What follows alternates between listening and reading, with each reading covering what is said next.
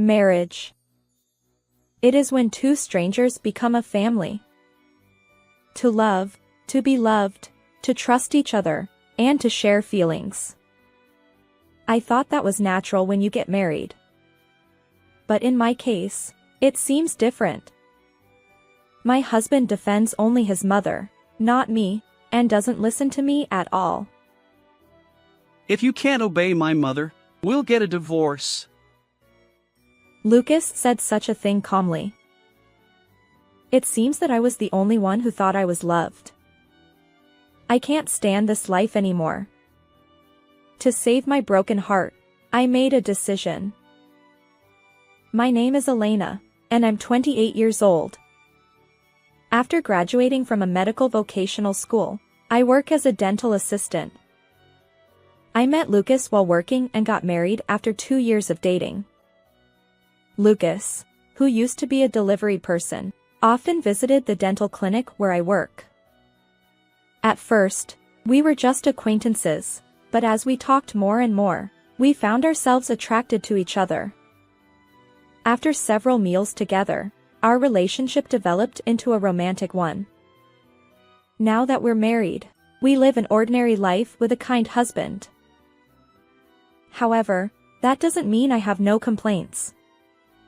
The only thing I can't accept in my married life with Lucas is that we started living with my in-laws at the same time as our marriage. The reason for this was the factory that his parents owned. His parents had a small factory that made machine parts.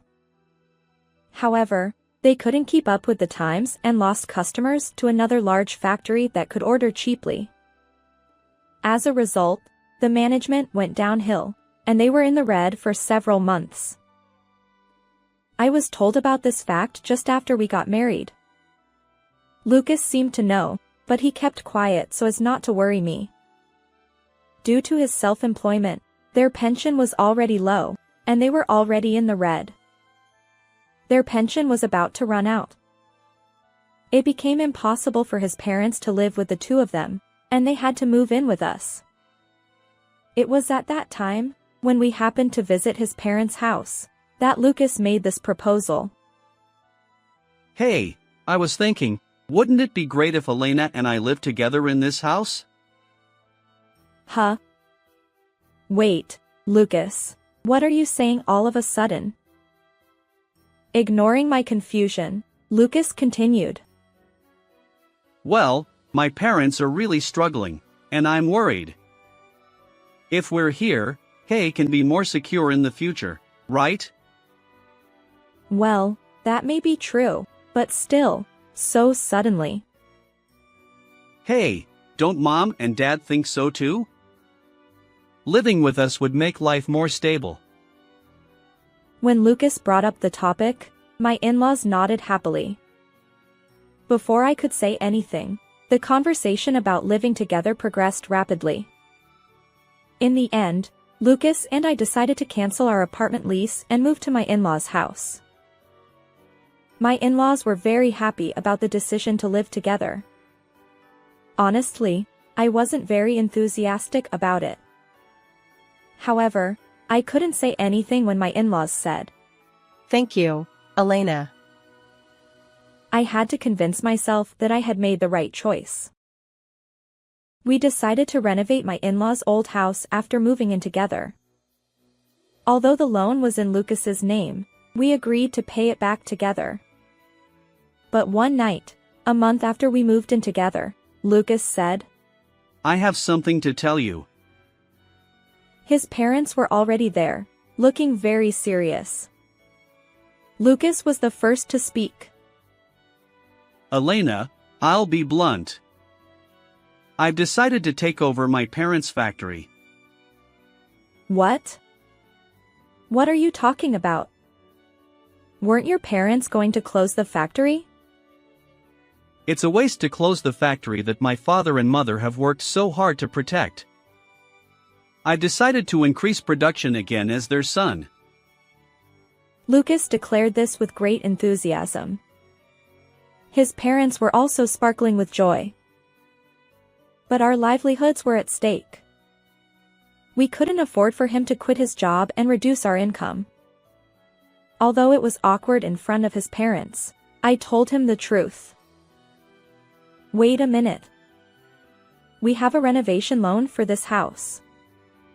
We have to live our lives. So why are you suddenly? It's okay, Elena. Besides, I quit my job. Lucas said. What? Are you kidding me? Why would you do that without consulting me? It's not like that. I talked to my parents about it. Anyway, I'll show you that I can protect this factory. So please support me, Elena. Suddenly like this. I tried to persuade him to change his mind, but neither he nor my in-laws would listen. Despite my desperate pleas, Lucas was forced to take over his parents' factory. For about half a year after that, it was a tumultuous time. Although he took over the factory, it was impossible for him to suddenly take on all aspects of management, as he had previously worked in a completely different field. The transactions didn't go well, and the few remaining customers left, and sales dropped to zero. The deficit was incomparable to anything before. During that time, I had to pay off the renovation loan alone, and the burden increased dramatically. Lucas, my in-laws' meals, high heating costs, and various other daily necessities, all had to be paid for from my income, and my savings, which had been increasing little by little, stopped increasing one day. I lost my energy and started to spend more time in a daze. Talking with colleagues at work was the only time I could relax. Lucas's income is almost zero, but he's not worried at all. For now, let's talk properly soon. Otherwise, I'll be the only one suffering. I decided to talk to Lucas that night. After dinner and a bath, I brought up the topic to him. Lucas, I have something to tell you. As if interrupting me, he said, Oh, by the way, my sister will be living with us from next week. What? Why is your sister coming? She's coming for a childbirth visit. Her husband is busy with work, so she's coming to stay with us. Wait a minute. You know how difficult life is in this house, right? It's impossible to bear the burden of your sister's life. Besides, there's no room. We can lend her our bedroom. We can sleep on the sofa. I absolutely hate sleeping on the sofa. It will affect my work the next day. You're just a dental assistant at work. Hey, think about it more. We can't support your sister's childbirth in this situation. No matter how hard it is for my sister-in-law, I can't just accept it silently. With my current job, I'm barely able to pay off the renovation loan. Moreover, if something happens during childbirth, it's not just a matter of responsibility. Lucas showed me a face that seemed to be a hassle when I expressed my feelings, and sighed deeply. Hey, Elena, my sister is my family. So she's your sister-in-law, right? Why are you saying such cold things? Cold things? Lucas, you should think more about it. It's okay if we're behind on normal life, but right now I'm managing everything with my income alone. My sister-in-law is originally a housewife and has no income. It won't change much if there's one more person.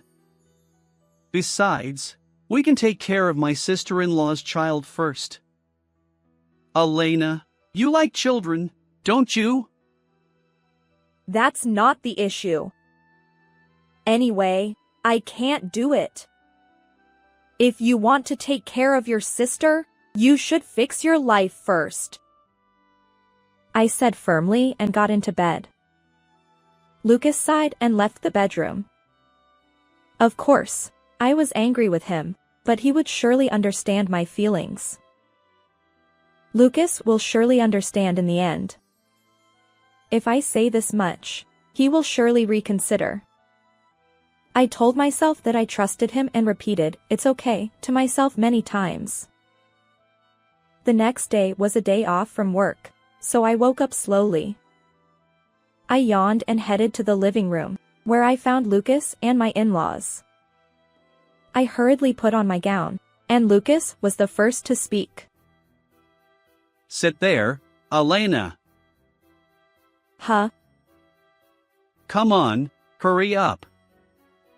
We have something to talk about. I felt an unusual atmosphere and sat next to Lucas as he told me to.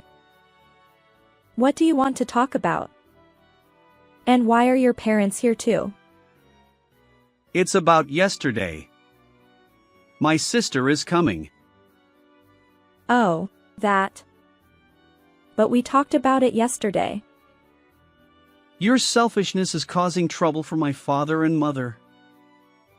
When Lucas brought up the topic, my in-laws, who had been silent until then, began to speak slowly. You dislike her coming back, didn't you? What's going on? She's coming back for a childbirth visit. Why don't you accept her? Wait a minute. Do you both know the current situation of our house?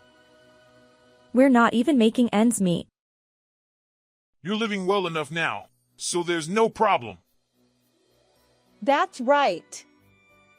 One more person won't make a big difference in expenses. What are these people saying? They're not paying a penny and making me pay for everything. It's no joke to add one more person in this situation. I feel like I'm being made the bad guy, and I feel anxious. If I keep quiet any longer, I'll really end up doing what they want. I appealed to Lucas again when we were alone.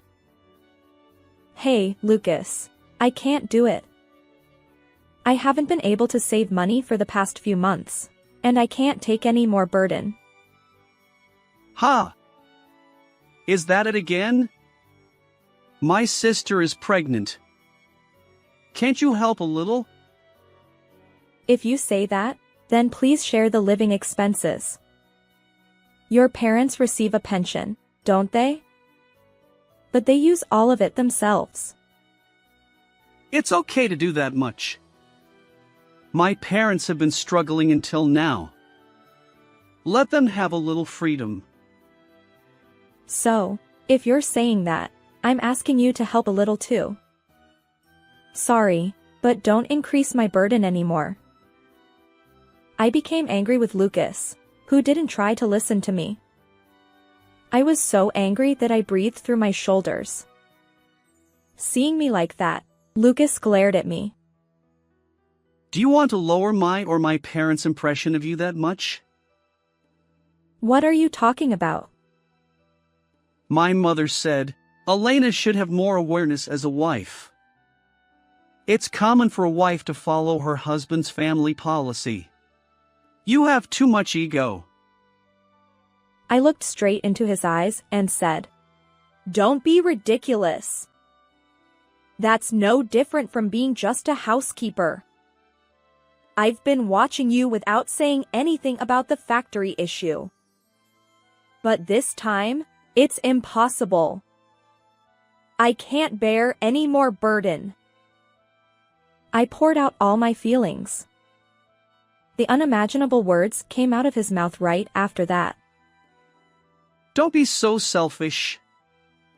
That's why you're no good. If you can't obey my mother, we'll get a divorce. At that moment, all my emotions turned to anger. I thought I could understand him. It was the moment when that expectation collapsed in an instant. What's wrong with you? Don't make me more irritated. I know your sister-in-law is having a hard time, but are you telling me to bear more burden? That's not a joke. I'm sorry, but I can't do that anymore. even if he hinted at divorce, my mind didn't change. I don't expect anything from him anymore. I told him clearly, who was with a triumphant grin. Okay, I got it. Divorce. But you'll regret it. Ha! I won't regret it. You'll be the one to regret it. Women are more damaged when they get divorced. You can say whatever you want. Well then, that's it. Contact me when the divorce papers are ready. I left the house with my luggage packed. I was surprised at how easily I had done it. I went to a real estate agent and signed a contract for an apartment near my company. Until the move-in date, I decided to stay at a friendly colleague's house. A few days later, my mother called me to tell me that the divorce papers had been sent. Since I hadn't told them about the divorce, my parents were surprised, but when I explained the situation, they agreed that it was better to get a divorce. I signed and submitted the divorce papers that were sent to me. Finally, I was able to end my relationship with my in-laws. 2 months later, I had gotten used to my new life and was almost forgetting about Lucas when he called me. Lucas's name was on the caller ID. Since I hadn't received any calls from him since the divorce, I hadn't deleted his contact information. I thought we had nothing to talk about, so I ignored the call, but my smartphone kept ringing. Reluctantly, I answered the phone.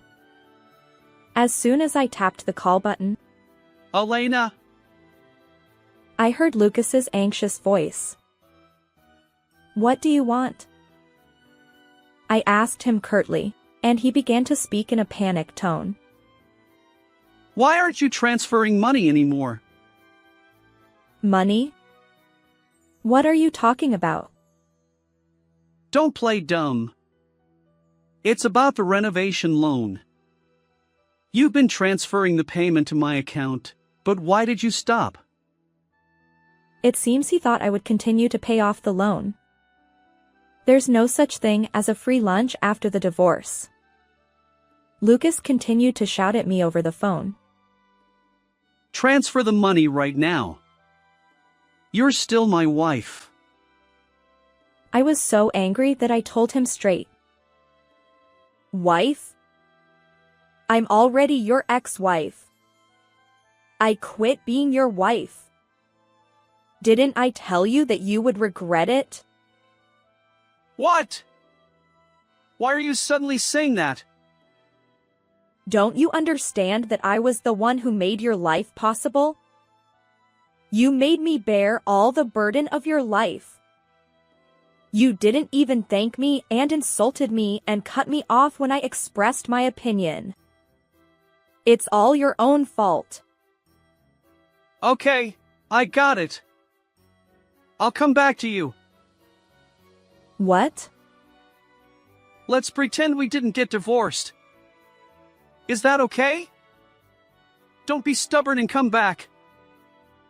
Even after all this time, he still seems to think he has value. Does he think I still have feelings of a love for him? I felt completely insulted and let out all my pent-up frustration on him. Don't mess with me. Who would want to get back together with trash like you? I don't want anything to do with garbage like you. Hey, Elena. I tried to compromise, but it was you and your family who ruined everything. We're strangers now, and we don't have any obligation to help each other. If you understand, don't contact me again. Go to lone hell on your own. If you bother me again, I'll report you to the police.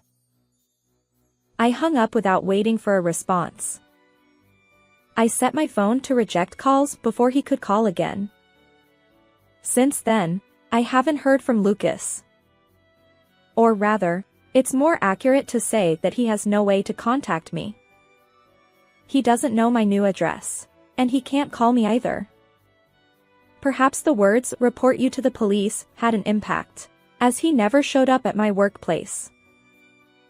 Nowadays, Lucas is apparently working double shifts at the factory and a night job.